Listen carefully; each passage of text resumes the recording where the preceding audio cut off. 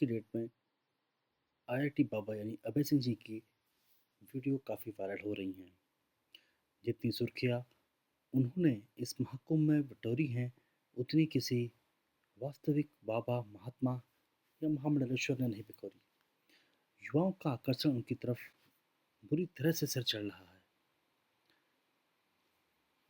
कुंभ के मुझे लगता है पहले दिन से लेकर के अब तक का जो विभिन्न टीवी चैनलों या यूट्यूबर्स ने उनकी वीडियो को प्रचारित किया, उनके विभिन्न रूपों को दिखाया, उनकी पर्सनल लाइफ के बारे में कितनी जानकारियाँ खरीदने की कोशिश की, इससे वो अभय सिंह जी बिल्कुल भी विचलित नहीं दिखे। हर प्रकार के पत्रकार को उन्होंने बड़ा सटीक जवाब दिया। दोस्तों, कुछ वीडियो हमें प्राप्त हुई हैं जो उनकी काफ़ी पुरानी वीडियो हैं। ये आईआईटी के बाद कनाडा की जॉब छोड़ने के बाद जो साधना कर रहे थे उस समय की वीडियो है। उस पे उन्होंने सत्य के बारे में चर्चा की है। आइए सुनते हैं वो क्या कहते हैं सत्य के बारे में। अभी कुंभ की चकाचौंध इस प्रसिद्धि मिलने से ये पहले का सिलसिला है। आशा करते हैं आपको ये ज़रूर पसंद आएगा। इसे ध्यान से सुनिएगा। है 7वां एपिसोड अपने 5वें सीजन का। सत्य क्या है? सत्य क्या है?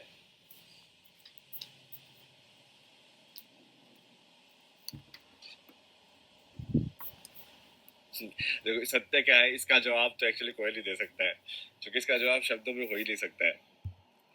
ये ऐसी चीज है ना जो शब्द में यदि आ गई होती ना आज तक, तो ये इसका मतलब इलोन मस्क के पास सबसे ज्यादा होती है, क्योंकि शब्द में जो चीज आ जाती है वो बिकाऊ हो जाती है। फिर एक कुछ न कुछ उसका कीमत लगी जाती है कभी ना कभी। शब्द के अंदर जो भी आपका रिश्ता आ जाता है, शब्द के अंदर जो भी आपकी पहचान आ जाती है, शब्द के अंदर जो भी आपकी क्वालिफिकेशंस आ जाती है, शब्द के अंदर जो आपकी सुंदरता आ जाती है, शब्द के अंदर जो आपका शांति आ जाती है, तो वो गई, फिर वो शांति नहीं है, बिकाऊ है। फिर तो बस कीमत है, कितनी कीमत लगाओगे तुम। और आज के टाइम पे I think most of the लोग ऐसे ही हैं। लाइक लड़कियां भी आई थिंक जब लड़का ढूंढती होंगी तो वो यही ढूंढती होंगी कि पैसे वाला होना चाहिए। तो उनको भी मतलब नहीं है, उनको भी सिर्फ पैसे से मतलब है। मतलब खरीदा जा सकता है उनको ना, समझ रहे हो कि अब एक इंसान इस लाइक वो पैसे से कमा लिया है, तो अब उसको बहुत ऐसे सुंदर वैसे वाली लड़की मिल जाएगी, क्योंकि वो उसको खरीद लेगा, उसके पास पैसा है। तो इनडायरेक्टली वो अपनी सच से, अपने आप से थोड़ी ना वो शादी कर रही है। वो लड़की उसके पैसे से शादी कर रही है, और वो उसको खरीद रहा है। बेसिकली वो उसको ऑब्जेक्ट मानेगा पूरे टाइम। अब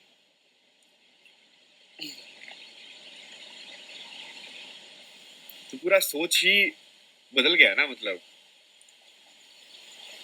एक रिश्ता जो है, स्पेशली जो ये जो बोला गया है सीताराम या कृष्ण, राधा कृष्ण और ये सब का, उनका रिश्ता क्या है? उनका रिश्ता ये थोड़ी है कि उसके पास पैसा है। उनका रिश्ता ये थोड़ी है कि भाई वो उसको क्या, तुमको क्या मिल जाएगा, क्या सेफ्टी मिल जाएगी, तुमको घर चाहिए, तुमको शॉपिंग कराएगा कि नहीं कराएगा। ये है क्या मतलब? कब शॉपिंग करा दी भाई, क्या करा दिया भाई?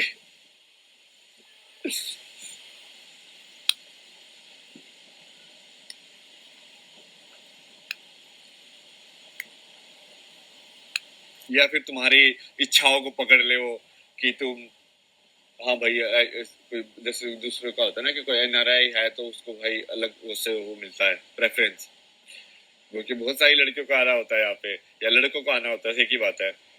सो मान लिया एनआरआई लड़की है, तो मान लिया लड़कों को आना होगा, तो वो लड़का भी लाइक सही है भाई, बाहर देश में तो जाएंगे।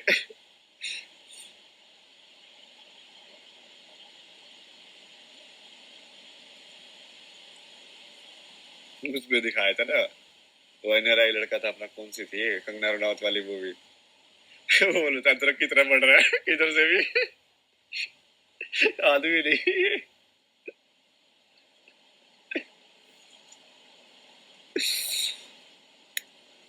चलो सीरियस बातें करते हैं आज।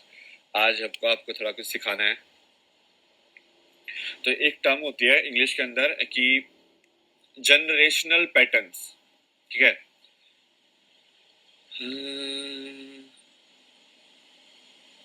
इसका ना, मैं एक वीडियो भी थी मेरे को, वो सही, बिल्कुल सही दिखाती है इसको। वैसा ही बिहेवियर होता है इंसान का भी एग्जैक्टली।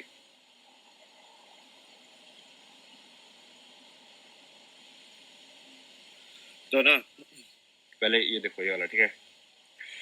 तो ये क्या है, एक एक्सपेरिमेंट है जिसमें उन्होंने क्या किया कि उन्होंने जो फ्लाइज थी उनको एक डब्बे में बंद कर दिया यहाँ पे, ठीक है। डब्बे में बंद कर दिया तो वो डब्बे के अंदर उड़ती रही, ठीक है, उड़ती रही उड़ती रही। थोड़े टाइम के बाद क्या किया उन्होंने, इसके ढक्कन को हटा दिया, ठीक है। ढक्कन को हटाने के बाद भी वो फ्लाइज एक्चुअल के अंदर बाहर नहीं गई, मतलब वो फिर भी ऐसी ही उड़ती रही। उनको ऐसे लगा कि अभी भी ये यही दीवार है। मतलब यदि तुम एक्चुअली डब्बे को भी हटा दोगे ना किसी तरीके से, बिना कोई लाइक ज्यादा एनर्जी डिस्टरबेंस किए, तो तुमको ऐसे लगेगा कि वो हवा में सिर्फ इसी एरिया के अंदर ही घूम रही है। वो इसी एरिया के अंदर क्यों घूम रही है? क्योंकि उनको अब ऐसा लगता है जैसे कि अब पहले क्या हुआ, एक जनरेशन हुई होगी फ्लाइज की, वो मम्मी फ्लाइज मान लो, तो मम्मी फ्लाइज ने बोला, सोचा होगा कि उनको पहले बंद किया होगा, उनको याद होगा कि हम बाहर भी दुनिया है, ठीक है। बट अब उनको बंद कर दिया तो उन्होंने कोशिश की होगी थोड़ा टक्कर वक्कर मारने की, भाई हाँ ठीक है खोलो खोलो क्या है बाहर जाना है हमें, या दीवारों को भी टक्कर मारी होगी। बट फिर उनको लगा होगा कि नहीं इतना ही है, नहीं अब वो चिल गई चली गई है, अब वो हो नहीं सकता, ठीक है। तो वो हो नहीं सकता तो इन्होंने मान लिया, तो अब वो अंदर ही उड़ने लगे। अब उनके जो बच्चे पैदा हुए उन्होंने उनको भी यही सिखाया कि ये हो नहीं सकता, ठीक है। अब वो जो बच्चे थे उन्होंने तो, उनको तो ये भी नहीं पता था कि बाहर हो भी सकता है, समझ रहे हो। तो उनको तो सीधा यही पता चला कि हाँ ये तो हो ही नहीं सकता। तो अब उनके बच्चों के लिए तो बाहर है ही नहीं, मतलब इसलिए कि उनका दिमाग में ही बैरियर बन गया है कि ये है ही नहीं, मतलब। तो अब यदि तुम डब्बा हटा दोगे, ढक्कन भी हटा दोगे, तो भी वो ऐसे ही उड़ते रहेंगे टक टक टक टक टक टक। इसको इसको ही इंग्लिश में बोलते हैं कंडीशनिंग। कंडीशनिंग मतलब कि आपके दिमाग को कैसे ढाला जा सकता है, जैसे कुम्हार मिट्टी को ढालता है ना, वैसे ही कि आपके दिमाग को भी कैसे ढाला जा सकता है। कि वही बच्चा यदि उसको कोई अमेरिकन गोद में ले ले तो वो इंग्लिश बोलना सीख जाता है, और वही बच्चा यदि कोई मान लो हरियाणा में गोद में ले ले तो वो हरियाणवी बोलना सीखता है। ऐसे कैसे होता है? वो ढालना है, आप ढाल रहे हो उसको, जैसे आप उसको ढालोगे तो वो ढालना सिर्फ भाषा का नहीं होता है कि वो भाषा सीख रहा है, वो आपके बाकी चीजें भी सीख रहा है, वो आपका एनर्जी भी एब्जॉर्व कर रहा है, आपकी ऊर्जा भी देख रहा है वो। यदि बच्चे के आसपास यदि, इसलिए तो बोलते हैं कि अच्छी ऊर्जा बना के रखनी चाहिए, क्योंकि वो ऊर्जा देखता है, उसको आंखें तो नहीं है, उसके कान में इतना सुनने का उसको मतलब तो समझ में नहीं आता है, उसको तो सिर्फ वाइब्रेशन सुनाई दे रही है।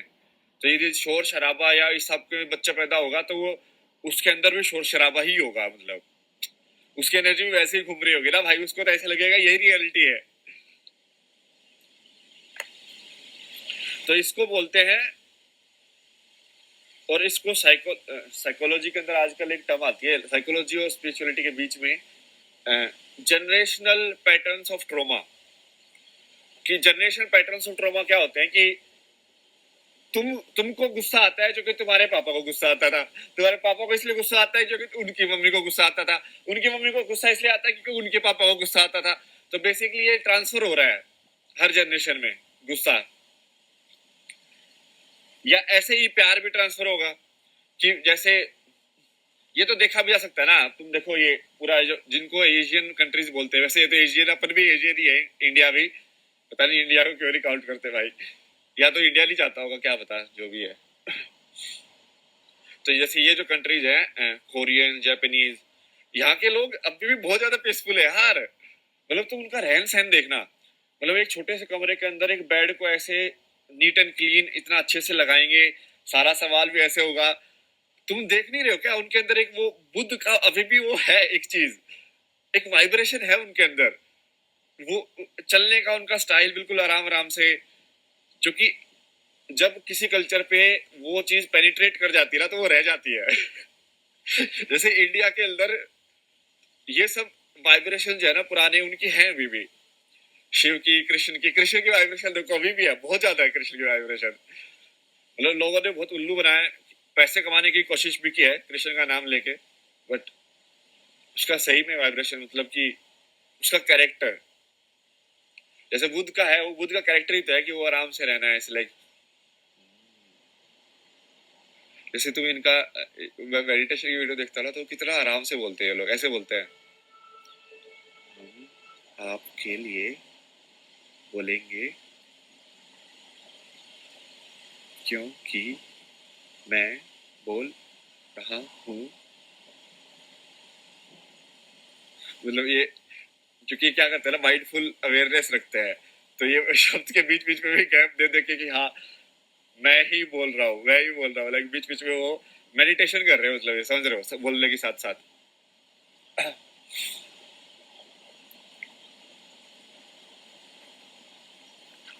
इवन जैसे आप देखोगे ना कि जापान की एनिमे वगैरह, या इनकी जो मूवीज भी हैं, स्टूडियो गिबली की जो मूवीज है या इस टाइप की, उसमें एक जादू वाला एलिमेंट है अभी भी, एक अच्छाई वाला एलिमेंट है, जो कि वैसी मूवी तुम कोई और दूसरा बनाना ही नहीं सकता, इतनी वार्म मतलब मूवी। इनकी मूवीज में यही खासियत है ना कि वो मतलब दिल को पूरा ऐसे वार्म कर देते हैं कि लाइक विलेन विलेन ज्यादा नहीं होते उनकी मूवीज में ना, मतलब इट्स लाइक आर्मी कुछ बोल रहा होता है। लेकिन बिना विलेन के भी कहानी खेली जा सकती है। ये आज के टाइम में क्या होगा ना, ड्युअलिटी के मॉडल में, कि भाई तुमको अब बुरे इंसान चाहिए अच्छाई दिखाने के लिए, तो वो बुरे इंसान जानबूझ के बुरे बन रहे हैं लोग, मतलब नहीं चाहिए भाई, बुरों की कोई जरूरत नहीं है अच्छाई के लिए। तो ये मेन चीज तो यही थी, और इसके ऊपर और भी मैं एग्जांपल देता हूँ। पहले तो मैंने आपको बताया कि कंडीशनिंग कैसे होती है, ठीक है, ये तो आप समझ गए होंगे, उदाहरण दे दिए मैंने, 3-4 उदाहरण दे दिए हैं, और ये एक्सपेरिमेंट की वीडियो भी है, मेरे को इंस्टाग्राम पे दिखा था, मुझे लगा ये तो परफेक्ट एक्सपेरिमेंट है भाई। इंसान एक्चुअली में यही होता है, इंसान बस ये स्पेस के टर्म्स में हुआ इनका कि वो बाहर उड़ नहीं सकते, बट एक्चुअली में वो बाहर उड़ नहीं सकते, ये तो उनके दिमाग में बना है ना।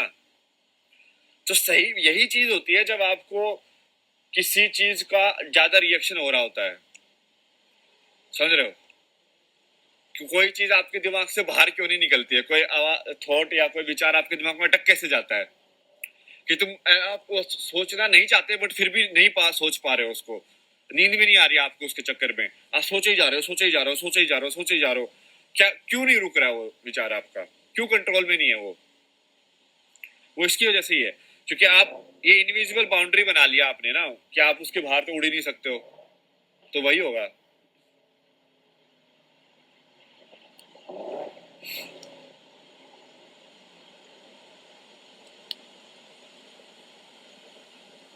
और ये थोड़ा एक्चुअल में ऐसा है नहीं है, मतलब थोड़ा और डीपर है कॉन्सेप्ट, बट कर्म का कॉन्सेप्ट थोड़ा सा ऐसा ही है। कर्म का कॉन्सेप्ट है कि बेसिकली जैसे इनके जो फ्लाइज के बच्चे पैदा हुए, अब उनको वो उतनी ही नॉलेज मिली कि इसके बाहर नहीं जा सकते। अब सोचो कोई फ्लाई जो बाहर जाने की कोशिश कभी करेगा, हो सकता कोई पागल हो जाए फ्लाई, ठीक है, कि ऐसे ही बाहर चला जाए, लाइक नहीं, कोई उसको रोकेंगे उसके दोस्त लोग, लाइक भाई वहां मत जा भाई, बना किया है वहां पे बाहर नहीं जा सकते, नहीं टक्कर मार के तेरा ही सिर फूटेगा। वो बोला कि नहीं नहीं मेरे को फर्क नहीं पड़ता, और वो कोशिश कर लेता है, ठीक है, इनमें से एक मक्खी कोशिश कर लेती है कि भाई मैं तुक्का मार के देख लेता हूँ, और क्या पता वो बाहर चला जाए, तो दूसरे वाले क्या सोचेंगे, वो भैंस की टांगे तो गायब हो गया। मतलब तुम फ्लाइज के पर्सपेक्टिव से देखो, ऐसे ही ना जिंदगी को यदि दूसरे के पर्सपेक्टिव से देखना सीखोगे ना, तब आपके अंदर ह्यूमिलिटी भी आएगी और समझ भी आएगी। जैसे कल है ना, मैं एक वो बड़ा सा कुत्ता था ना जो एक वीडियो में भी आया था, लाइक जो पहाड़ी कुत्ता होता है ना, अपने पहाड़ों में भी होता है, बहुत बड़ा सा, लाइक घना इतना मोटा फर होता है उसका, काला।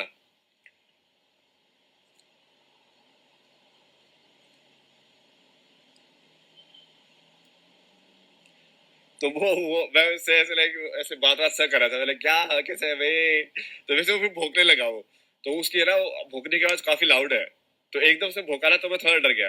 तो फिर वो जो उनकी थी वो बोल रही थी कि ये मतलब वैसे मुझे पता था कि वो कुछ करेगा नहीं, क्योंकि ऑब्वियसली वो दोस्ती है, वो तो वो पास ही बैठा रहता है।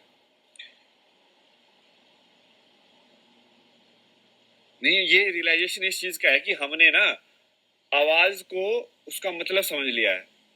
जैसे कोई लाउड वॉइस जरूरी नहीं है कि वो ईर्ष्या से भरी हो, या कोई आराम से बोल रहा है इसका मतलब जरूरी नहीं है कि वो आपके हित में बात कर रहा हो।